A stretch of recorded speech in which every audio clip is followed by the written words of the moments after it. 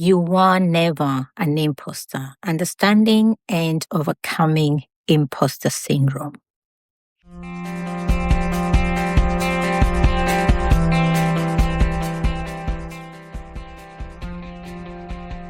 You are listening to Empower Mind Talk, navigating mental health, strength, and belonging. And let me tell you something, this is a real soul talk. I am your host, Maureen, a life and purpose coach, mental health advocate, Asia coach, author, and a fellow traveler on this winding path of healing, identity, and homecoming.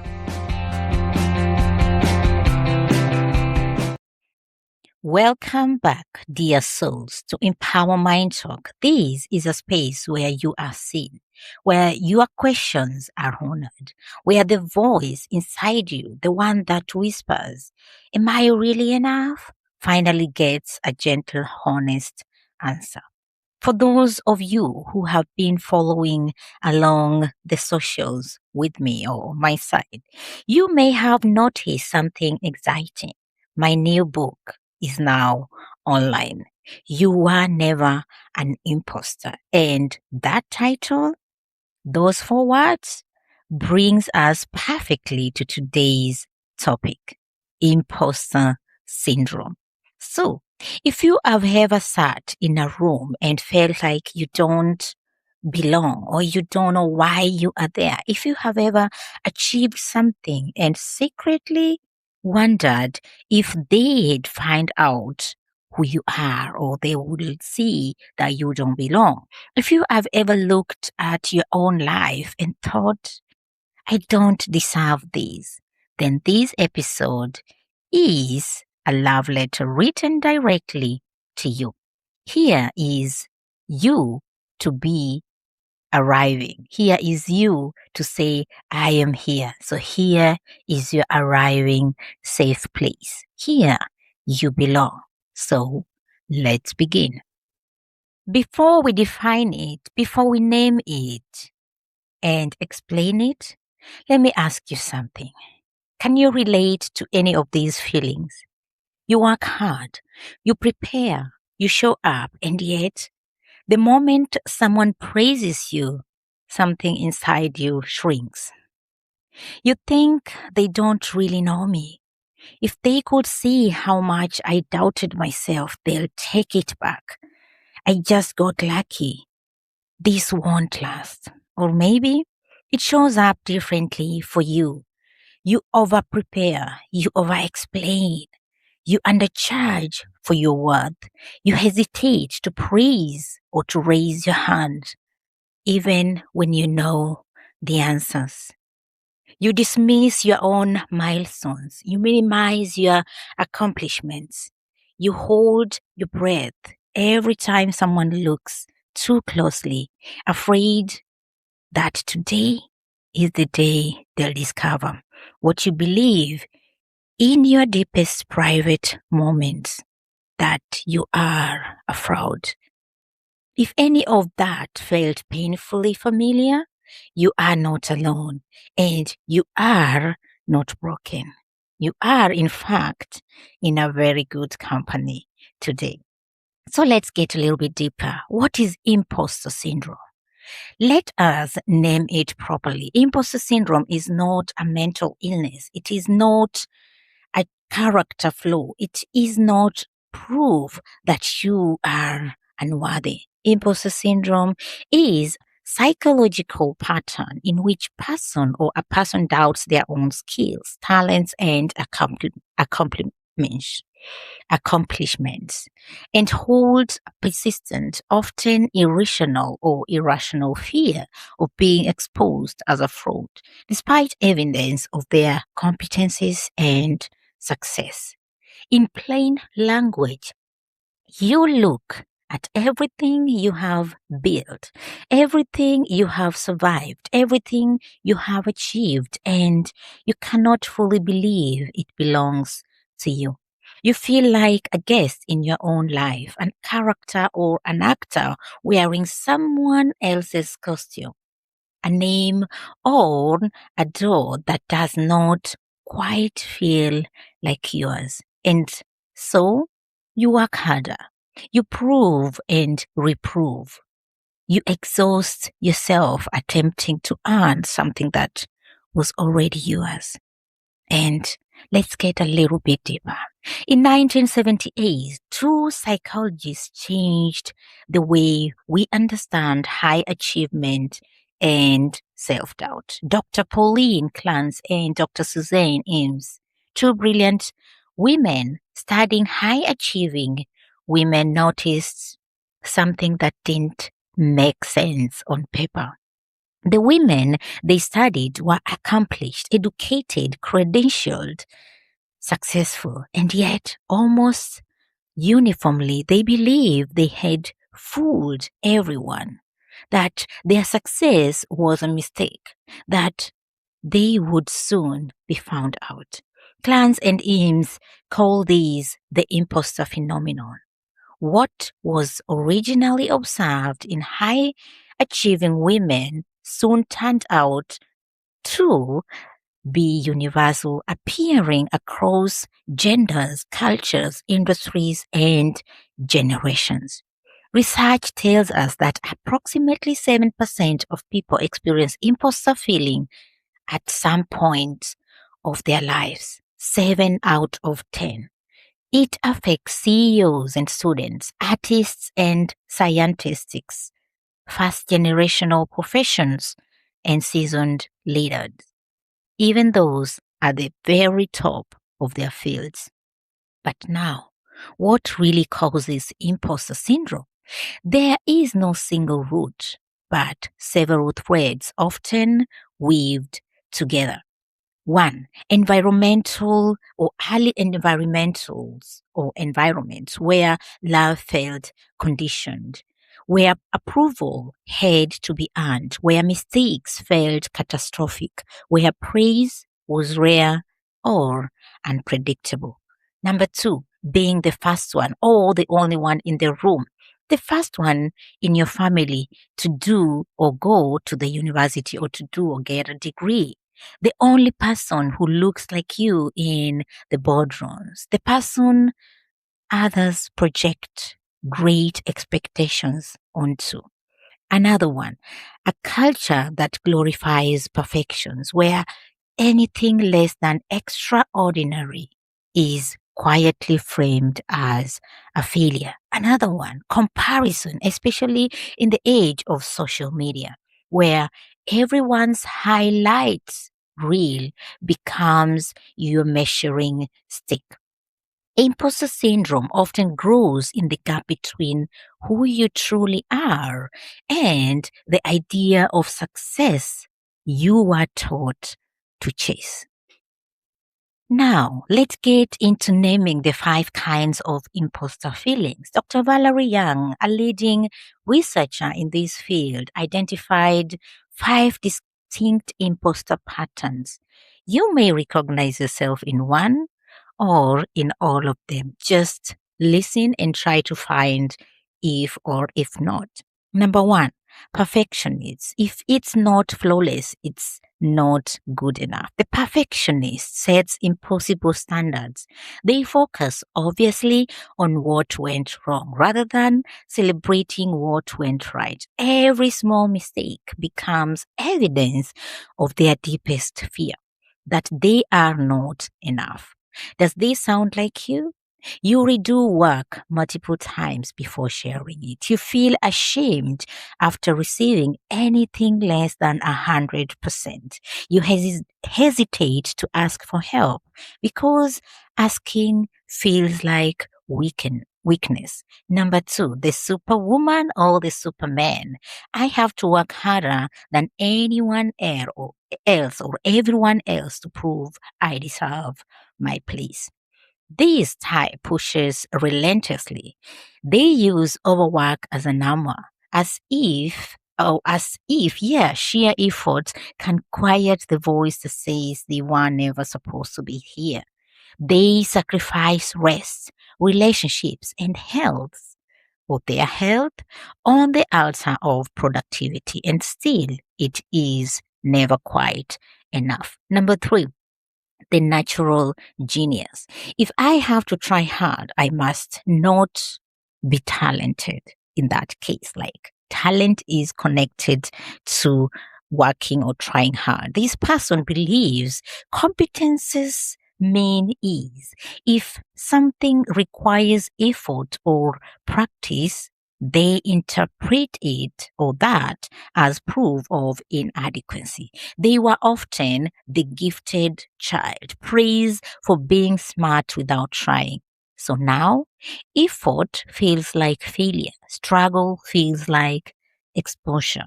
Number 4, the soloist. Yes. Needing help means I am not capable, so the soloist refuses assistance. To them, asking for help is an admission that they should not be here. They would rather struggle silently for weeks or even months than raise a hand and risk being seen as incompetent. Independence becomes isolation. Self-sufficiency becomes, in this case, self-imprisonment. Number 5, the expert. I don't know enough. There is always more to learn before I can speak. So the expert, what they do, endlessly accumulating knowledge, more courses, more certifications, more research, because somewhere deep inside they believe they are always just slightly behind the threshold of being qualified. They have forgotten that wisdom is not a destination, it is a living, breathing, growing thing. And they have already arrived. And let me tell you something, dear souls. The sad thing about imposter syndrome, it is not just an uncomfortable feeling. It comes at a cost, or it has a cost. It costs you the promotion you didn't apply for, the idea you kept quiet, the project you abandoned before it began, the boundary you never drew, the price of undercharged services, the rest you never allowed yourself to have. It costs you the version of yourself that never shrunk, the one who walked into rooms without apologizing, who received compliments with grace, who received or believed quietly and firmly, I belong here. And now let's come to how can we deal with imposter syndrome, or how to overcome it. Overcoming imposter syndrome is not about eliminating self-doubt entirely. That will be wrong to even think about that. Doubt is part of human being, and just that's how we just have to leave it there. It's part of us. We could doubt ourselves in any circumstances. That's a normal pattern of our thoughts. But dealing and overcoming of imposter syndrome is about no longer letting that doubt that will definitely come make your decisions for you. What helps here is naming it. The first step to freedom is recognition. When that inner voice says, you don't belong here, learn to say back, I know you. Yes, you are my imposter syndrome. Yeah. And you are not the truth. You are just but a pattern of my thoughts.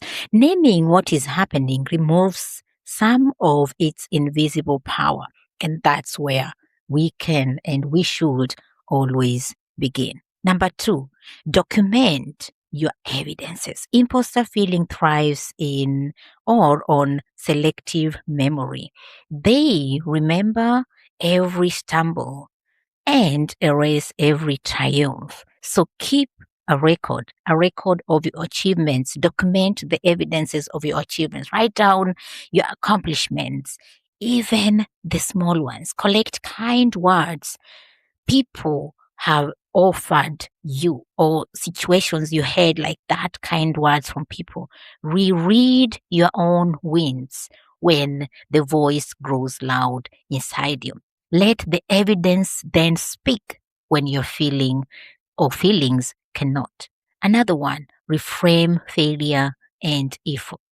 You are not failing when you try hard. You are not exposed when you ask for help. You are not weak when you don't know something. Effort is intelligence in motion, and let's keep it as such. It is intelligence in motion. Questions are curiosity in action. Growth requires the very thing impulses feeling call inadequacy. Another one, separate feelings from facts. I feel like a fraud is not the same as I am a fraud. Emotions are real, but they are not always accurate reporters of your life. Learn to ask, what is the evidence of this belief? Or what is the evidence against it? So get yourself into questioning your emotions and your feeling and don't affirm them to be that who you are. You may be surprised how much the facts favor you. Another one, talk about it, break the silence. This is where imposter syndrome lives in the silence, thinking you are the only one. Imposter syndrome survives in silence. It tells you no one else feels like this. So that you are the uniquely broken one. So break that silence. And when you speak to someone, you admire someone who has achieved what your dreams or you dream of. And they say, I feel that way too. The shame dissolves in honesty. You are not alone and you were never alone in this. Another one is embrace Ubuntu, heal in community. Ubuntu teaches us, and for those who know me, I am an Ubuntu advocate in that case. And I love the philosophy behind this word. Ubuntu says, I am because we are, and you are because I am. Healing from imposter feeling was never meant to be a solo journey. Find people who reflect your worth back to you. Mentors, peers, community, friends, family. Let yourself be seen by people who celebrate what you keep trying to minimize. Another one, seek support when needed. If imposter syndrome has become deeply rooted, if it is quietly shaping every decision, relationship, and choice, therapy or coaching can be transformative. This is not weakness, this is wisdom in that case. And now, let's get to the heart of today's reflection. There is something I want you to sit with, and that is the very fact that you feel like an imposter, or always or most of the time feel like one, is often the proof that you are not one. The very fact that you feel like one is actually the proof that you are not one. Let's get deeper into this. Actual imposters, actual frauds, do not lay down awake wondering if they deserve their seat. They take it without question. But you care deeply. You question yourself. You hold yourself to a standard that most people never even consider. That is not the profile of a fraud. That is the profile of someone who takes their work seriously, someone who gives a great deal, someone who belongs and has always belonged, even on the days they forgot. So, you were never an imposter. You were simply human, learning, becoming, and growing. And if you are ready to release the fraud story, please pause here with me. And like I always say, just when you are in a position to do so, if you're driving, doing any work that won't allow you to pause for a moment, please skip this part for later. Place one hand on your chest and another one on your belly. Breathe slowly and gently say, I release the story that I am not enough. I acknowledge what I have built and what I have survived. I allow myself, or I am allowed to take up space fully and without apology. There is nothing you need to prove here. You already belong. And I have got 3 anchoring truths that you can carry with you throughout the day or the week. Number 1, your accomplishments are real. They did not happen by accident. They happened because of you. Number 2, doubt does not cancel achievement. You can feel unsure and still be worthy. You can feel afraid and still belong. Number 3, you are never an imposter. You are the person brave enough to keep showing up anyway. In addition to that, I have an affirmation for you for today. So say this gently and say it like you mean it. I am not a fraud. I am a human being who is learning and growing. My achievements are mine. My seat at the table is mine. And I release the need to earn what I already deserve. And I am enough, not someday, but right now as I am.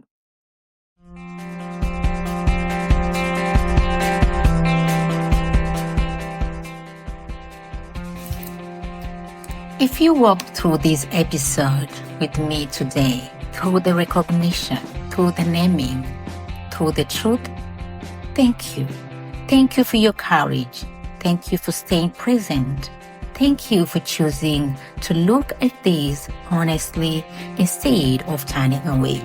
And if today's episode touched something in you, if it named a feeling you have carried quietly for years, please share it. Share it with a colleague who overprepares, with a friend who never takes credit, with a family member who keeps their dream at a safe and distant arm's length. Subscribe to Empower Mind Talk. Leave a review if this piece has held you.